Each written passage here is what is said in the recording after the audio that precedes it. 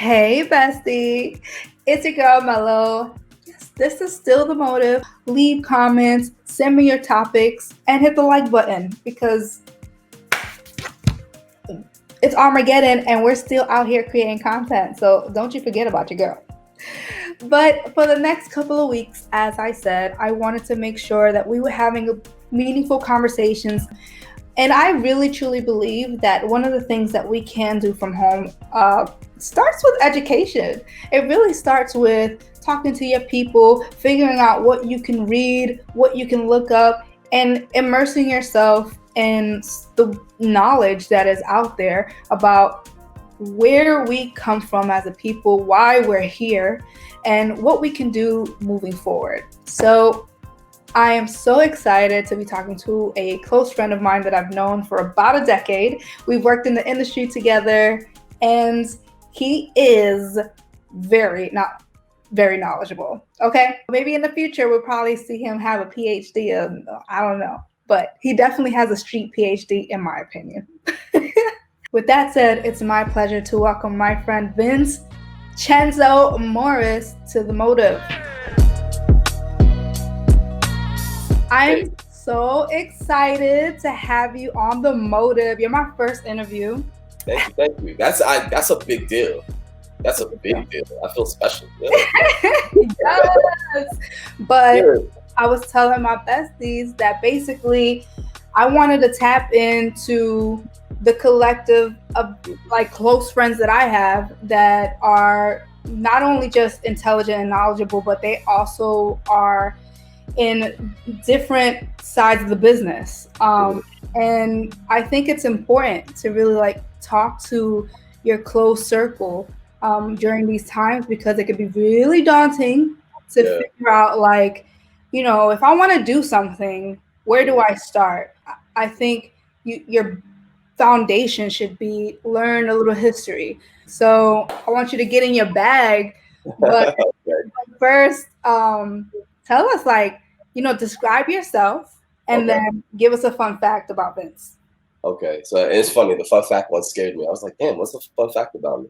So you and I met working in television at our old network job, you know, and we kind of like had a similar career trajectory. And then I kind of like stepped out and went hardcore freelance. So right now I'm in this position where I do like a lot of story editing.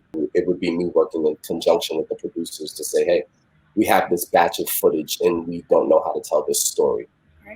Can you put this together and make a story out of it? So I do a lot of that now. But also, I kind of lean heavy into like my cinematography. People who really know us from early in our careers know that we worked out of Edit 9.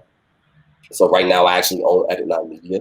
So that's my company that I kind of like produce and like shoot and kind of create content for myself under. And then outside of that space is really like the same thing where, you know, I'll consult, I'll jump on something and like I'll shoot, I day play.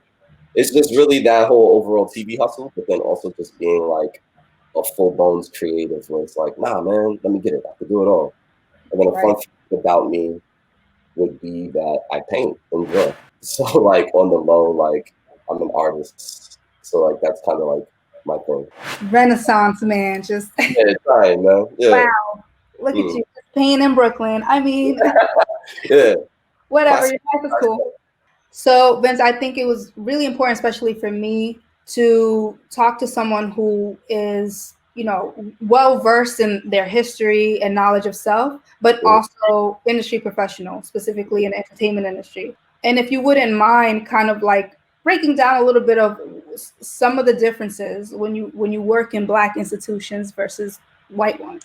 I think the whole idea and concept of knowledge of self is something that I would equate to like someone being aware that their Blackness isn't necessarily rooted in the slave trade. You know, so that would be the first thing I would say is someone who has knowledge of self is someone who has the ability to think past that point when it comes to the given dogma or indoctrination we've been given about the story or narrative of Black people, you know? So once you kind of let that go, it's easy for you to move from a place of like, no, I come from greatness. You're not going to fucking play me. Understanding that and then stepping into the business world, or especially the entertainment world, it could be something that can kind of trip you up a bit because American society isn't necessarily set up in a way where militant Black minds are accepted too easily, you know, or minds that are aware and move from that space, you know, like it's very hard to be malleable when you kind of live in that headspace. So I would say that working in Black institutions or working in minority kind of led spaces as someone who's like a creative, I've seen it run the gambit between being a space that's very difficult to work in and also being in a space where it's the highest execution and form of Black excellence creating art, you know? I think it's it's a fallacy to assume that everything Black is going to be ghetto or broken or hard or difficult, you know? I think one kind of example, I would say, one of my clients is, I don't know if he would like be upset about speaking like this or not, but one of my clients is Spike Lee's son, Jackson Lee. And I was the AE on his first short film, for his final year at NYU. And it was an amazing experience, you know, just like being in the edit with him. Now, mind you, you know, he's Spike Lee's son, but I also absolutely can say like the talent is there. He clearly has the mind. It was a beautiful experience of like Black men who are making a film and it being of high caliber and high art, you know, Right.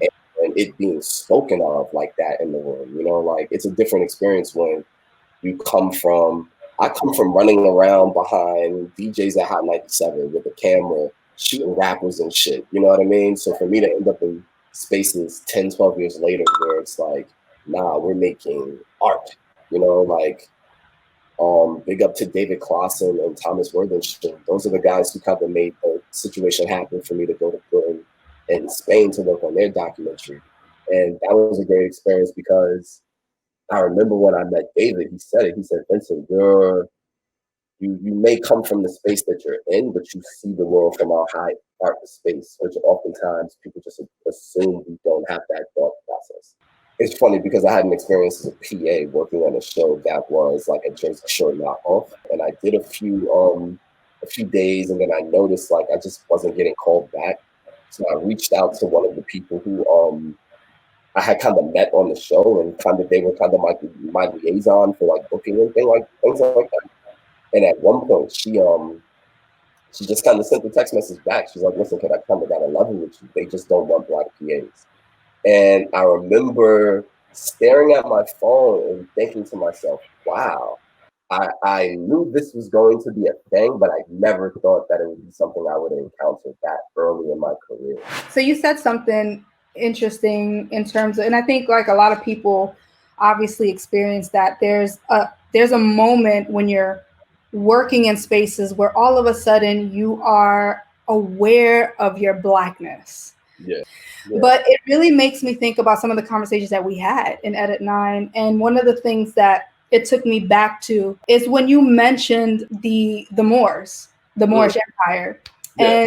And that was like the first time I really thought about the word Black. I didn't like to say Black people because I was like, oh, you know, that feels wrong. And I didn't really know where it came from. But once you kind of introduced me to that little piece of history, it made me think about, you know, the negative connotation that the European language gave to the word Black. Yeah. So, you know, and what that could do psychologically. So I'm not sure I'm comfortable with that. Yeah. I kind of, it's funny that you brought up the Moors, and I remember I was reading a book at Adenan called The Story of the Moors in Spain.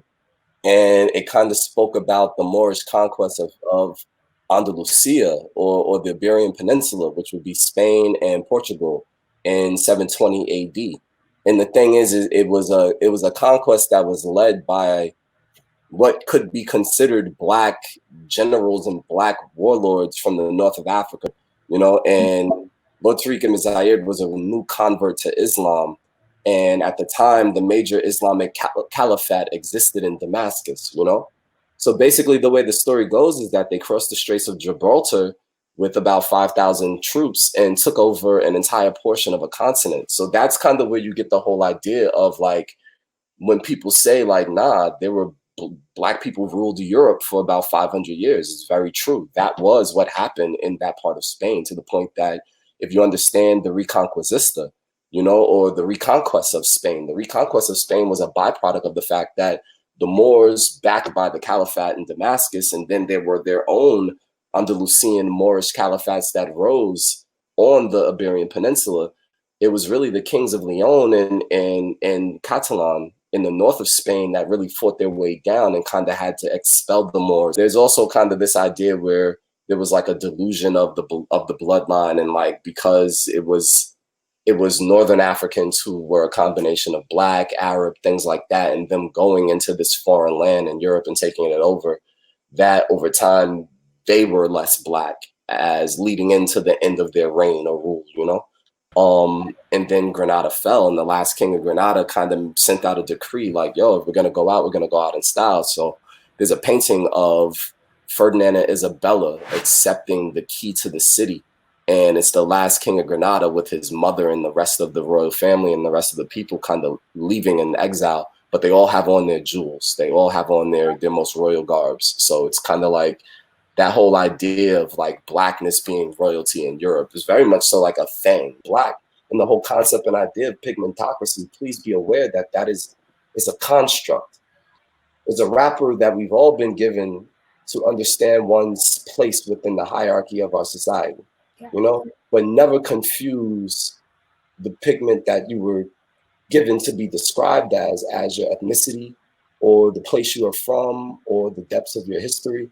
You know, I think that's the thing. And that's why I think it's very important to really emphasize like the whole push or like drive towards like, one, finding knowledge of self and trying to find information outside of the construct or outside of the information that we've literally been given by the educators who work for the enemy, but then also from the place of, you know, I look at what's been going on after George Floyd, and, you know, shout out to the few friends of mine who are Caucasian who reached out and said, hey, what can I do to help? Or, hey, I'm confused. Why is it that I see protesters as rioters or vice versa and things like that, you know?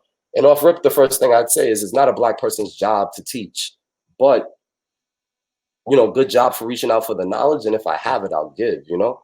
So like, I would say like, there are literally hundreds of books that speak past that place, that speak of, I read this shit in art school, you know, and it's literally all kinds of like ancient African art and structures that are on par with like old shit like Stonehenge in Egypt and things like that. Whereas like we have this idea of like royal or great Africa or great Blackness not necessarily being ours or not something that we have access to. And it's kind of like, nah, that's not true. How would you see someone kind of like approaching you that's not of our color to like really just gain some knowledge as to like what's really going on here and why is it happening like this? Or could you speak to like how someone can be an ally that's standing on the outside? Yeah, like I think protesting is cool, marching is cool. Also recognize that there's a complete difference between protest and marching. A march is a march. Like mobilization is mobilization. Protest is like, nah, now we're gonna hit you in your pocket. Now we're gonna fuck with your economics. You know what I mean? Now we're gonna boycott for a year. That's actual protest. Right. But then I would say the way you be an ally is like you correct your own, you know? And from there, that's where you start the trickle down process, you know, even though I don't believe in trickle down economics at all, but from the space of like, you know, sow the seeds of dissension in the thought. Like Thoreau said it, let your life be the counter friction that stops the machine. Do that work. I'm gonna go through like a whole list of like random books that I pulled off my bookshelf. Yeah. Just so I'm like, okay, cool. If you don't look like me and you don't want to be offensive and ask mad questions, boom, here's some fucking books you could read. And then you could turn around and you could tell your motherfuckers like, hey, here's the source. Go to the word, you know? So off rip, this is like an African art book I read in college. This is what's known as a jene head. Like they made terracotta and clay, but then also like, you know, they would make you think that Africans didn't have access to metal, you know, whereas like, nah, some of the oldest smelted and like iron melted things or iron works were in Africa in the far ancient ages. Like I said, the royal kingdoms of Ghana, Mali, and Songhay. This is also where you would find like the stories of like Mansa Musa, who Forbes already calculated was the richest person in history. Big, quick, like little blurb, but Mansa Musa on his Hajj to Mecca took about 3 tons of gold with him and he gave it out on his way. And he gave out so much gold that the shit crashed the European economy for a while. The story of the Moors in Spain. This is the book I was talking about, where it will kind of give you an idea of the African influence on Europe and how that kind of started and how that kind of turned negative, and like the seeds of that thought that like Africa could be an enemy to the European continent. Also, funny thing, although the Moors were Muslim and they were ruling in Europe, they were very inclusive in their society. So they didn't give a damn what religion you were, whether you were Christian, Muslim, or Jewish. The Muslims were obviously the rulers of the state, but if you were anything else, you just simply had to pay an extra tax and you just got to live. So there was like no real like religious like beef in their society. This is a good one. Pathologies of Power, Health, Human Rights, and the War on the Poor. I think that's a good point. You know, the war on the poor, and how we kind of have to also recognize that a big beef and issue in American society is that whole conflict between like classism. So this is a good one. 1491. So if Columbus sailed in 1492, supposedly, this book kind of talks about like the Western Hemisphere and how it actually was dominated and ruled by Native Americans. Like there's kind of this myth that like Columbus got here and the natives were really just kind of like hanging out in huts and shit. Excuse my language, that's really offensive, but that wasn't the case. America was absolutely a landscape dominated by people who had full control of their environment and were doing like great things in the sense of like being actual societies. It just was different from Europe, you know? But it also talks about like the grand scheme to kind of take advantage and dominate them and take it and, you know, steal resources basically. But basically she did like investigative journalism on lynchings, like to the point where she was a Black woman who was like at actual lynchings to investigate on them.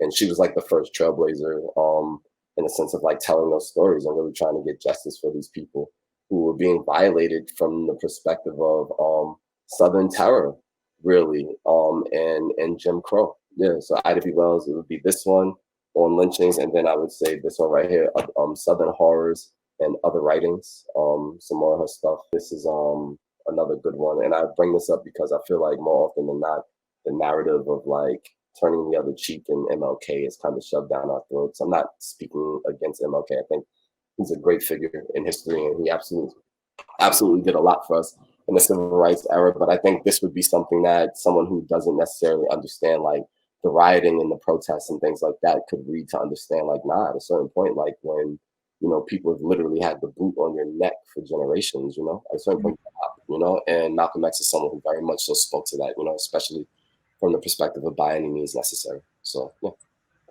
that's my last one. So yeah. Wow, a wealth of knowledge.